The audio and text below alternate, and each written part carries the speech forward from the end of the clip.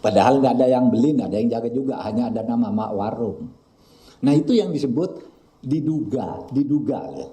Saya katakan sejak awal diduga pencucian uang, dan ini bukan korupsi, tapi pencucian uang dalam dugaan.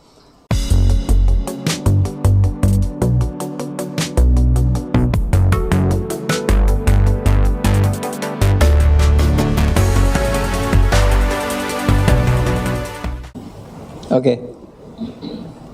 Saudara sekalian, Assalamualaikum warahmatullahi wabarakatuh. Saya Menko Polhukam bersama Ibu Sri Mulyani Menteri Keuangan, bersama Pak Ivan Yustiavandana Kepala PPATK, ingin menjelaskan kepada masyarakat tentang simpang siur apa yang terjadi dengan isu pencucian uang sebesar 300T. Saudara, kami tegaskan bahwa yang kami laporkan itu laporan hasil analisa tentang dugaan tindak pidana pencucian uang. Berkali-kali saya katakan, ini bukan laporan korupsi, tapi laporan tentang dugaan tindak pidana pencucian uang yang menyangkut pergerakan transaksi mencurigakan. Saya waktu itu sebut 300T. Sesudah diteliti lagi, transaksi mencurigakan itu ya lebih dari itu, 349T, mencurigakan. Dan saudara harus tahu bahwa tindak pidana pencucian uang itu sering menjadi besar karena itu mengangkut kerja intelijen keuangan. Uang yang sama mungkin berputar 10 kali secara aneh, itu mungkin dihitungnya hanya 2 atau 3 kali. Padahal perputarannya 10 kali. Misalnya saya kirim uang ya, mencurigakan ke Ivan ngirim ke sekretarisnya ngirim ke sana, kirim ke saya lagi, uang yang sama, itu tetap dihitung sebagai perputaran uang aneh. Nah itulah yang disebut tindak pidana pencucian uang. Jadi jangan berasumsi bahwa wah Kementerian Keuangan korupsi 349T. Enggak, ini transaksi mencurigakan, dan itu banyak juga melibatkan dunia luar, orang yang punya sentuhan-sentuhan dengan mungkin orang Kementerian Keuangan. Tetapi yang banyak itu kan mereka ada. Ini kalau pencucian uang itu artinya kan begini. Meliputi 1, kepemilikan saham pada perusahaan atas nama keluarganya. Kepemilikan aset berupa barang bergerak maupun tidak bergerak atas nama pihak lain. Membentuk perusahaan cangkang. Mengelola hasil kejahatan sebagai upaya agar keuntungan operasional perusahaan itu menjadi sah. Kemudian menggunakan rekening atas nama orang lain untuk menyimpan hasil kejahatan. Ini saudara, saya korupsi tapi mau mencuci uang. Saudara buka rekening atas nama saudara. Berapa? 10 miliar. Tapi ATM-nya diberikan ke saya dengan segala pinnya. Saudara tidak bisa ambil uang itu, saya bisa ambil sewaktu-waktu, tapi tanggung jawab secara akuntansi ada di tangan saudara. Nah itu pencucian uang. Jadi banyak ya. Lalu menyembunyikan hasil kejahatan dalam SDB, Safe Deposit Box, atau tempat lain. Nah itu semua yang harus dilacak. Oleh sebab itu menjadi besar, dan laporan resmi mungkin 56 miliar, tapi kok sesudah dilacak nih pergerakan uangnya ada 500 miliar gitu. Nah itu pencucian uang. Tapi itu sekali lagi itu tidak selalu berkaitan dengan pegawai di Kementerian Keuangan. Itu mungkin yang ngirim siapa, yang ini siapa, dan seterusnya, dan itu bukan uang negara. Nah saudara, oleh sebab itu dari penjelasan itu secara singkat ingin saya sampaikan. Tadi akan disampaikan oleh Bu Sri Mulyani, tapi saya ingin menyampaikan kesepahaman kami bersama bahwa yang kita bicarakan itu, yang saya dan Pak Ivan PPATK sampaikan dan Bu Sri Mulyani juga mengomentari, menjawab bahwa ini adalah laporan pencucian uang. Laporan tindak pidana pencucian uang. Ya. Memang jumlahnya besar. Karena itu tadi menyangkut orang luar, menyangkut tindak pidana di luar, tapi ada kaitan dengan dalam. Nah, untuk itu kami tadi bersepakat begini. 1. Kementerian Keuangan akan melanjutkan untuk menyelesaikan semua LHA. LHA itu laporan hasil analisis yang diduga sebagai tindak pidana pencucian uang dari PPATK, baik yang menyangkut pegawai di lingkungan Kementerian Keuangan maupun pihak lain. Seperti yang telah dilakukan oleh Direktorat Jenderal Pajak yang telah berhasil menambah penerimaan negara dari sektor pajak sekitar 7,08 triliun dan dari Direktorat Jenderal Bea Cukai sebesar 1,1 triliun. Jadi misalnya PPATK lapor nih ada kasus, Anda kok pajaknya cuma tulis 10 miliar padahal seharusnya 15 miliar. Menteri Keuangan selama ini langsung pakai yang PPATK. Oh ini 15 miliar, dihitung lagi bayar kalau benar. Kalau enggak benar ya tidak bayar. Nah, dari hasil tindak lanjut yang dilakukan oleh Menteri Keuangan, Kementerian Keuangan, dua Direktorat Jenderal ini sudah mencapai 8,2 triliun tadi. Pajak 7,08 triliun, kepabeanan 1,1 triliun. Nah, kesepakatan berikutnya. Apabila nanti dari laporan pencucian uang itu ditemukan alat bukti terjadinya tindak pidana, maka LH tersebut akan ditindaklanjuti dengan proses hukum oleh Kementerian Keuangan sebagai penyidik tindak pidana asal. Ya. Jadi nanti Kementerian Keuangan akan menindaklanjuti, korupsinya sudah oke, sudah selesai. Tapi sudah ada yang masuk penjara, uangnya sudah dirampas, sudah itu. Tapi ini tindak pidana pencucian uangnya ini akan ditindaklanjuti, yang mana ditemukan alat bukti nanti akan disidik oleh Kementerian Keuangan sebagai penyidik, PPNS penyidik di bidang pajak dan kepabeanan. Atau mungkin saja nanti diserahkan ke aparat penegak hukum lainnya, penyidik lainnya, yaitu polisi atau jaksa atau KPK. Itu kesepakatannya. Saudara, Komite Koordinasi Nasional Pencegahan dan Pemberantasan Tindak Pidana Pencucian Uang akan melakukan evaluasi terhadap LHA yang diduga TPPU dan telah dikirim oleh PPATK kepada aparat penegak hukum untuk mengoptimalkan penerapan Undang-Undang Nomor 8 Tahun 2010 tentang tindak pidana pencegahan tindak pidana pencucian uang. Jadi beginilah, memberantas korupsi itu lebih gampang kalau mau. Korupsi ini ukurannya jelas, merugikan keuangan negara, memperkaya diri sendiri, melawan hukum, itu udah korupsi. Memperkaya diri sendiri atau orang lain atau korporasi itu udah korupsi. Tapi pencucian uang lebih bahaya. Kalau saya korupsi, nerima suap 1 miliar, di penjara selesai, itu gampang buktinya. Tapi bagaimana uang yang masuk ke istri saya? Itu mencurigakan, dilacak oleh Kementerian, oleh PPATK. Bagaimana dengan sebuah perusahaan atas namanya itu tidak beroperasi, misalnya warung makan tidak beroperasi tapi omsetnya 100 miliar.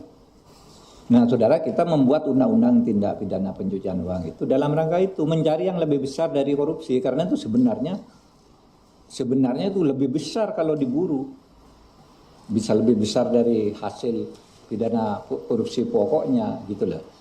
Nah ini bagian dari yang dilakukan oleh PPATK sesuai dengan tugas undang-undang. Saya Ketua Komite, Bu Sri Mulyani anggota, Menteri Pak Airlangga Hartarto perekonomian juga wakil, dan seterusnya. Semuanya berkewajiban melaksanakan ini. Jadi saya kira dari sini sudah jelas, ya, dari sini sudah jelas.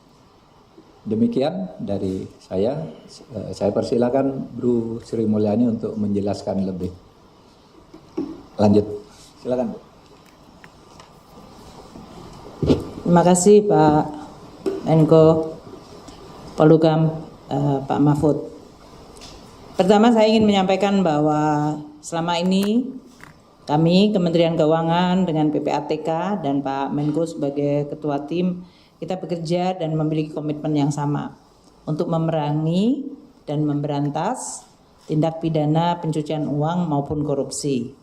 Dan dengan adanya kerjasama yang baik inilah kemudian kita akan terus menggunakan semua resource yang ada di dalam rangka memperkuat termasuk di dalam mencari data, mengklarifikasikan data untuk bisa melaksanakan satu, mencegah, kalaupun tidak bisa dicegah, diberantas adanya tindakan korupsi maupun tindak pidana pencucian uang.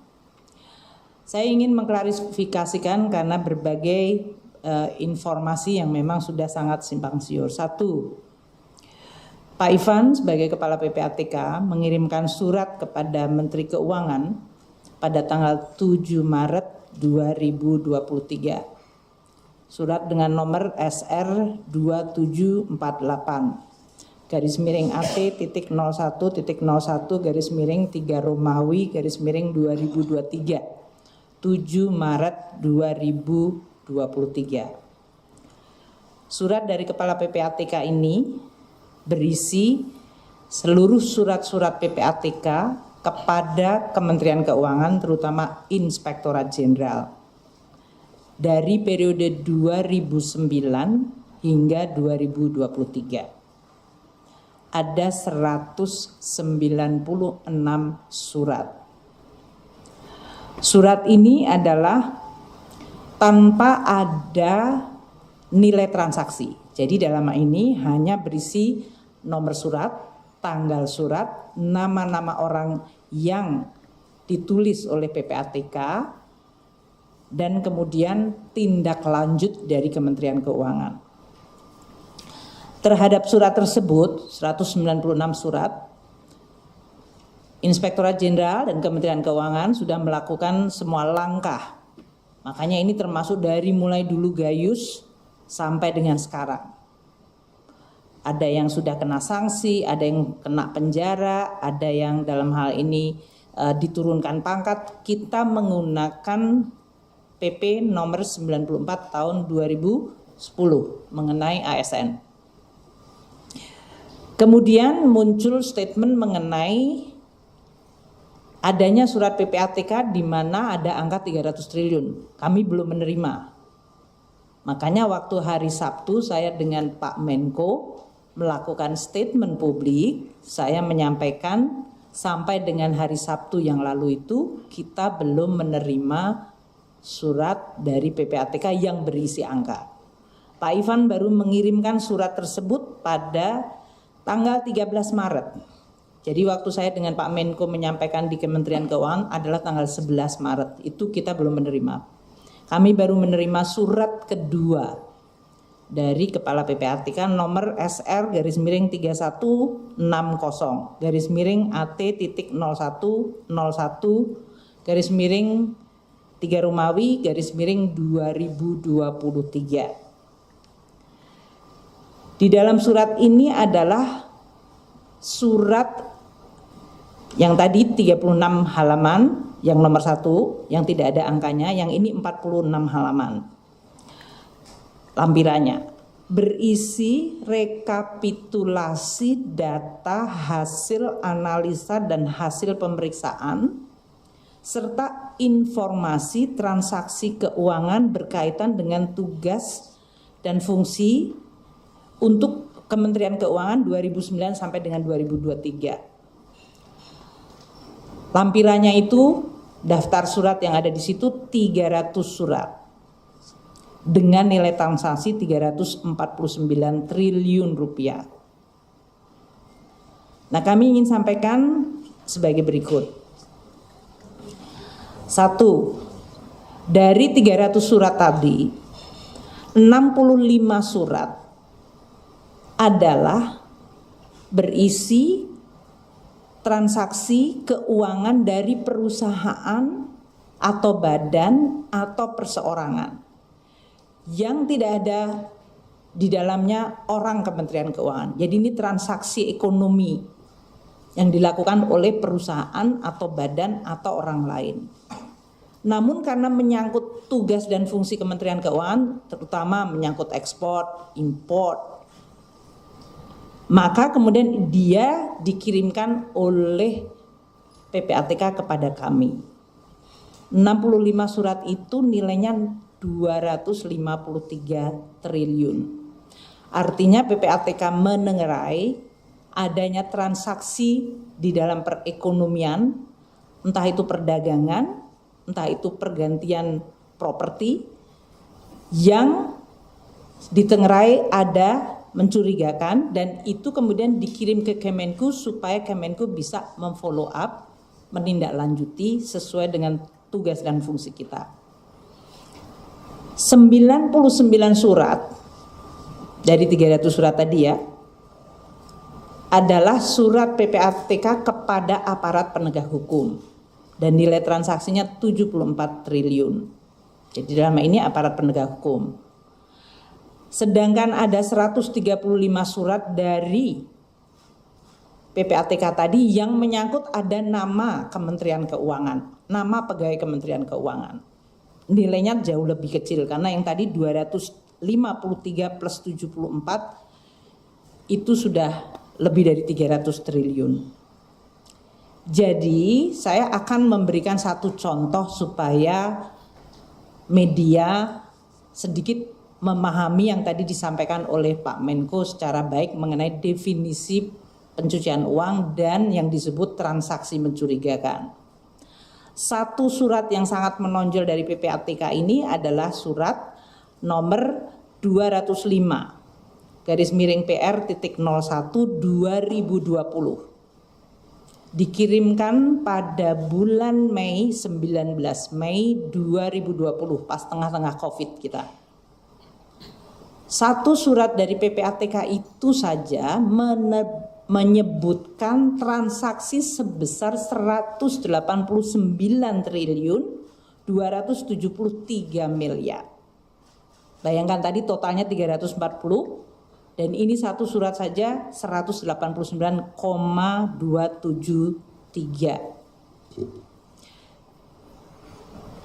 Tentu saja karena ini angkanya besar langsung kita melakukan penyelidikan dan saya minta seluruh pajak, bea cukai untuk melihat surat tersebut dan melihat dan meneliti apa yang menjadi data dan informasi. Disebutkan oleh PPATK ada 15 individu dan entitas, itu perusahaan dan nama orang, yang tersangkut 189,273 triliun tersebut.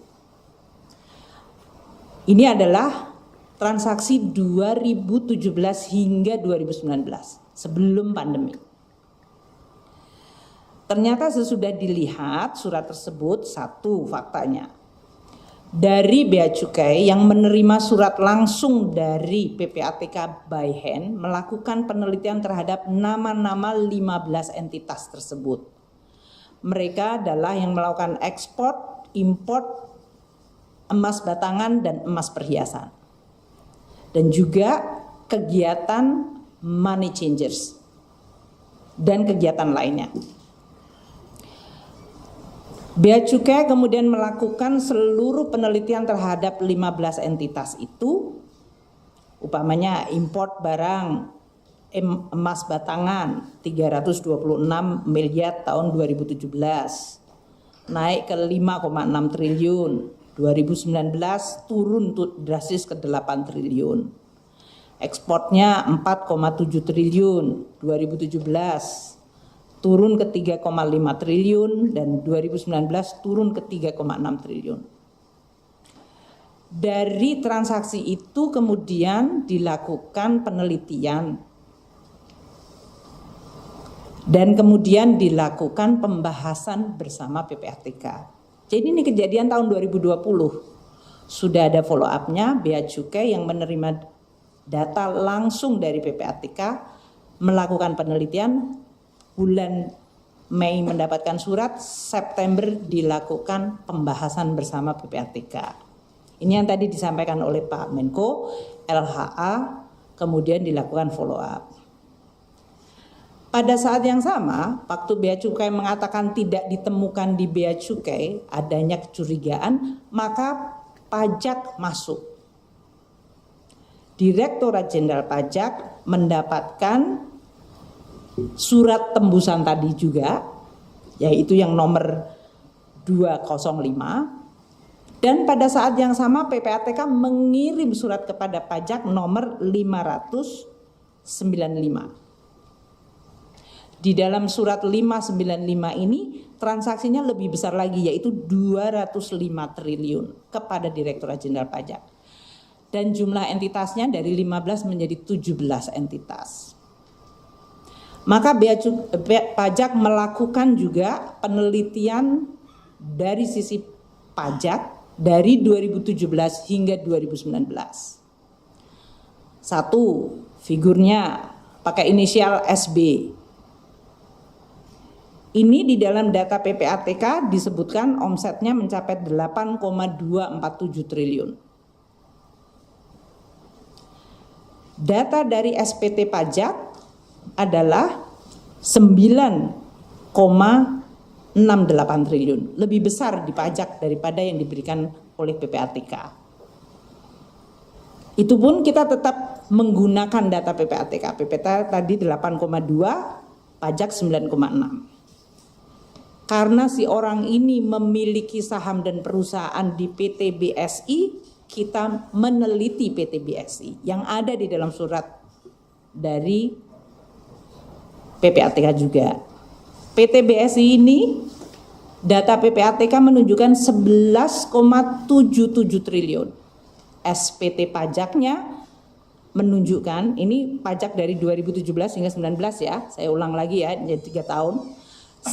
SPT pajaknya 11,56. Jadi perbedaannya 212 miliar. Itu pun tetap dikejar.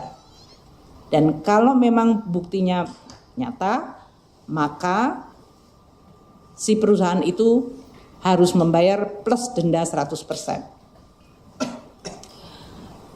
Kemudian PT yang ketiga juga sama, PT IKS 2018-2019. PPATK menunjukkan datanya 4,8 triliun, SPT-nya menunjukkan 3,5 triliun. Kemudian ada seseorang yang namanya adalah DY. SPT-nya hanya 38 miliar, tapi PPATK menunjukkan transaksinya mencapai 8 triliun. Nah, perbedaan data ini yang kemudian dipakai oleh Direktorat Jenderal Pajak memanggil kepada yang bersangkutan. Muncul modus bahwa tadi si SB menggunakan tadi nomor akunnya 5 orang yang merupakan karyawannya. Termasuk kalau kita bicara tentang transaksi, ini adalah transaksi money changers. Jadi Anda bisa bayangkan money changers, cash in, cash out orang. Inilah yang kami sebutkan tadi supaya tidak menimbulkan suatu kesan kepada masyarakat. Kami sangat menghargai data dari PPATK dan pada kenyataannya justru PPATK, pajak dan Bea Cukai bekerja sama secara bersama, kita namanya jaga dara, tripartit di antara ketiga institusi itu untuk saling bertukar informasi dan data di dalam rangka untuk memerangi dan memberantas tidak hanya korupsi tapi juga tindak pidana pencucian uang.